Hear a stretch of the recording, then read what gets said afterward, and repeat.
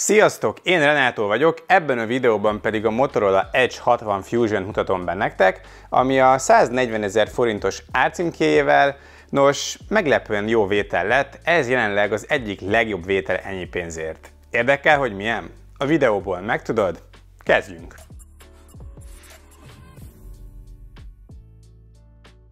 A kicsomagolással kezdem, amit nem tudok átadni videón keresztül, hogy a Motorola dobozai illatosítva vannak, ami nagyon érdekes és kellemes élmény a kicsomagoláskor.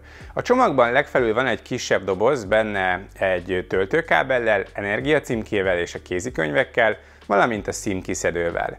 Alatta van maga a telefon, amin van gyárilag egy kemény hátlapítók, de ez védi a telefon alját és a felső részét is, egyébként újrahasznosított műanyagból készült. Nézzük meg a telefon külsejét, hát kecses és vékony. Van némi kijelző lekerekítés, de annyira nem vészes. Anyagát tekintve műanyag keretet kapunk, amiben szépen belehajlik a hátlap és a kijelző üveg is. A kijelzőt védő üveg Gorilla Glass 7i, a hátlap pedig egy nagyon kellemes tapintású gumírozott anyag, ami nagyon jól tapad, egy kicsikét sem csúszik. Van komoly IP68 és IP69 vízállósági szabványa is, így nem csak a vízemerítést, a vízsugarakat is bírja, valamint van katonai Milstandard 810H szabványa, ami elég ritka, ezzel a komolyabb ütéseket, eséseket is ki kell, hogy bírja. Ennyi pénzért ez elég komoly felhozatal, és tényleg le a kalappal, kézben fogva nagyon minőségi telefonnak érződik, és drágábbnak, mint amennyibe kerül. Nézzük meg a kijelzőt, ami szintén elég komoly. 6,67 hüvelykes P-OLED panelt kapunk, nagyon vékony kávákkal, 1220p-s felbontása van, ez 446 pixel per inch sűrűségnek felel meg, ami rendkívül éles képet biztosít, ez a felső kategóriában jellemző. A maximális fényerő 4500 nit, teljes kijelzőn is 1500, így napsütésben is szuperül leolvasható. Van HDR10+, 100%-os P3 színskála lefedettség, 10 bites színmélység és 120 Hz-es képfrissítés is, utóbbi adaptív, 90 és 60 Hz is tud lenni tartalomtól függően. Ez kiemelkedően jó panel, remek képminőséggel, mind élesség, mind színek terén komolyat gurít ennyi pénzért. Ami negatívum lehet egyeseknek, hogy nincs Always On Display, ez csak 10 másodpercig képes megjelenni. Van viszont Wet Touch technológia is, nedves ujjakkal vagy nedves kijelzővel is lehet navigálni. DC dimminget is tud, így alacsony fényerőn sem vibrál a kijelző, hogyha erre esetleg érzékeny lenne a szemed, ez itt külön bekapcsolható. A kijelző alatt van egy új lenyomatolvasó, ez jó sebességgel, pontosan dolgozik, de kicsit alulra pozícionálták. Hangszóróból sztereó rendszer van benne, Dolby Atmos támogatással, ez nagyon hangosan szól és meglepően jó hangminőséggel, egyedül a mélyek hiányoznak, de ennyi pénzért kiváló. Eddig tökéletes telefon ennyiért. Nézzük meg a hardware-t. MediaTek Dimensity 7800-as chip dolgozik benne, RAM-ból 8 vagy 12 gigás variáns, tárhely konfigurációban pedig 256 és 512 gigás érhető el, ráadásul a tárhely microSD segítségével bővíthető.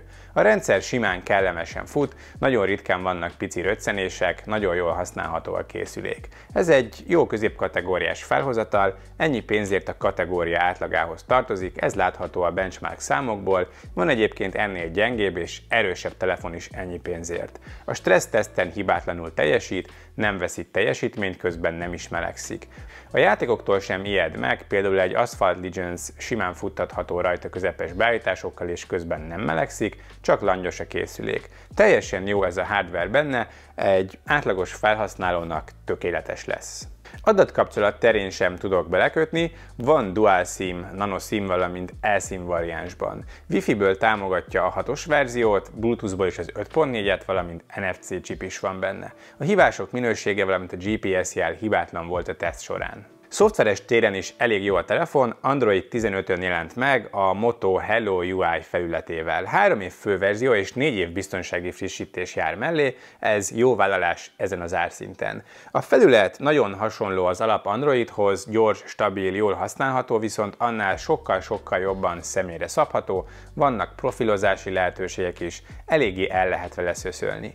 Osztott képernyős mód is van a multitaskinghoz, és van AI is természetesen, a Gemini OpenAI alapú asszisztens és a karikáz és keres az alapfunkció a készülékben. Nem csak Google, saját mesterséges intelligencia is van, Moto AI néven található meg. Az itt található funkciók nagy része viszont magyar nyelven nem használható. Legegyszerűbben a telefon hátlapjára kétszer koppintással vagy a bekapcsoló gomb kétszeri megnyomásával hozható be a felület, vagy hogyha az alkalmazáslistát felnyitod, feljön egy AI sáv, amin belül pár művelet elvégezhető. Például összefoglalhatja az értesítéseid, hangjegyzetet tudsz készíteni, amit leíratod szövegként és elmenti a naplóba, de ide lehet menteni a képernyőképeket is, valamint képek hozhatók létre az AI segítségével. Ez mind az alkalmazás listából elérhető, ahogy van itt egy személyre szabott hírfolyam is. Van Smart Connect is, mellyel az eszközök között könnyű fájlokat mozgatni vagy összekapcsolni azokat, de akár asztali mód is van, hogyha monitorral vagy tévével kötöd össze a telefont, vagy akár Windows 11 PC-vel is összeköthető és számítógépről vezérelhető a telefon. Tele van extra okossággal, nagyon jól használható a rendszer, gyors és szimpatikus nekem. Aksiból 5200 mAh-s telep került bele, ez egy jó másfél napos üzemidőt tud átlagban. A PC Mark üzemidőteszten elért eredményével átlagos, de a lista alsóbb felében tanyázik. Tölteni viszont gyorsan lehet, 68 watttal vezetékesen, és ehhez nem kell gyári Motorola töltő, bármilyen PD szabványú töltővel képes felvenni ezt a teljesítményt. Így körülbelül 3/4 óra alatt tölthető fel teljesen, ami remek érték. Vezeték nélküli töltési támogatás az nincsen. Kamerák, ebben sem rossz a telefon, sőt, egészen jó kameratek van benne. A hátlapon van egy elsődleges és egy ultraszéles, előbbi 50, utóbbi 13 megapixeles szenzorral. Az ultraszéles autofókusszal is rendelkezik, így makrozni is tud. Az előlapi kamera egy 32 megapixeles egység. Nézzük a fotókat. Ami megállapítható, hogy a képek sok részlettel készülnek, a színek nagyon erősek, szaturáltak, a képek pedig eléggé kontrasztosak, és a dinamika tartomány is nagyon jó. Kifejezetten jó képek készíthetők az elsődlegessel. Van kétszeres szenzorzoom, a fotók kisebb minőségromlással, de így is használhatók. A fókusztávolság kicsi, így akár közeli képek is készíthetők vele. Az ultraszéles hasonlóan jó, mint az elsődleges, jó színekkel, kontraszttal dolgozik, és a részletesség jobb, mint a konkurenseknél ennyi pénzért. A dinamika is kiváló, még nappal szemben is. Nekem nagyon tetszenek a vele készült fotók. Makrozni is tud az autofókusznak köszönhetően, egészen jó minőségben. Ez az egyik legjobb ultraszéles kamera egy telefonban ennyi pénzért. A portréfotók átlagosak, a háttér elválasztás egy kicsit mesterségesnek tűnik néha, de amúgy a képek használhatók, de nem ez a telefon erőssége. A selfie egység egészen ügyes, jó dinamikával és részletességgel dolgozik, éles fotók készíthetők vele. Éjszaka a képek szintén nagyon jó minőségben készülnek, kevés a zaj, jók a színek és kiváló a dinamika tartomány. A végeredmény remek. Ennyi pénzért ezt a kamerát kiemelkedőnek találom. Az ultraszéles éjszaka gyengébb, több a zaj és jobban elmosódnak a textúrák, kevesebb a részlet, viszont a színek és a dinamika nagyon jó, még így is jellemzően jobb képek ezek, mint amilyet más telefonban levő ultraszélesek tudnak ennyi pénzért. Videózni 4K 30 képkockában lehet, mind a három kamerával, ami szintén jobb, mint a legtöbb konkurensnél. Az elsődleges felvételei jók, sok a részlet, jók a színek, remek a dinamika. Az ultraszéles 4K videója egy picit kevesebb részlettel dolgozik az elsődlegeshez képest, de a konkurensek között már csak az, hogy van 4K kiemeli, és a képminőség szinte minden konkurensnél jobb így. A stabilizálás pan és tilt mozdulatok közben remek, és séta közben is egészen jó. Éjszaka azért van képzaj rendesen, és sokkal lágyabbak, elmosodottabbak a textúrák. Az ultraszéles még sokkal sötétebb is, még több zajjal, viszont azt kell, hogy mondjam, hogy ha az árcímkét mellé tesszük, akkor ez a konkurenseket igencsak lepipálja. A kamerás részhez amit hozzátennék még, hogy ugyan az elkészült fotók és a videók tényleg elég jók, maga a kameraszoftver viszont néha random hajlamos akadozni is, de remélhetőleg ezt majd szoftver frissítéssel javítják később. Ez volt tehát a Motorola Edge 60 Fusion tesztje.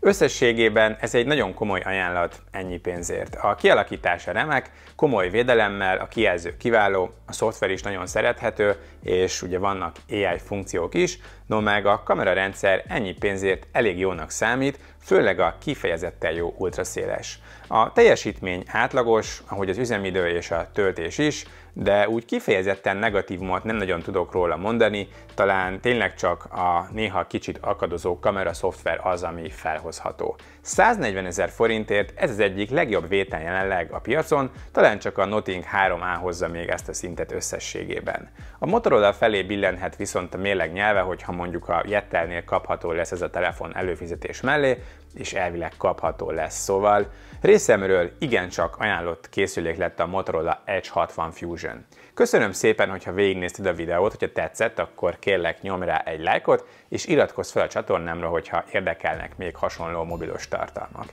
Legyen szép a napod, viszlát a következő videóban, ciao.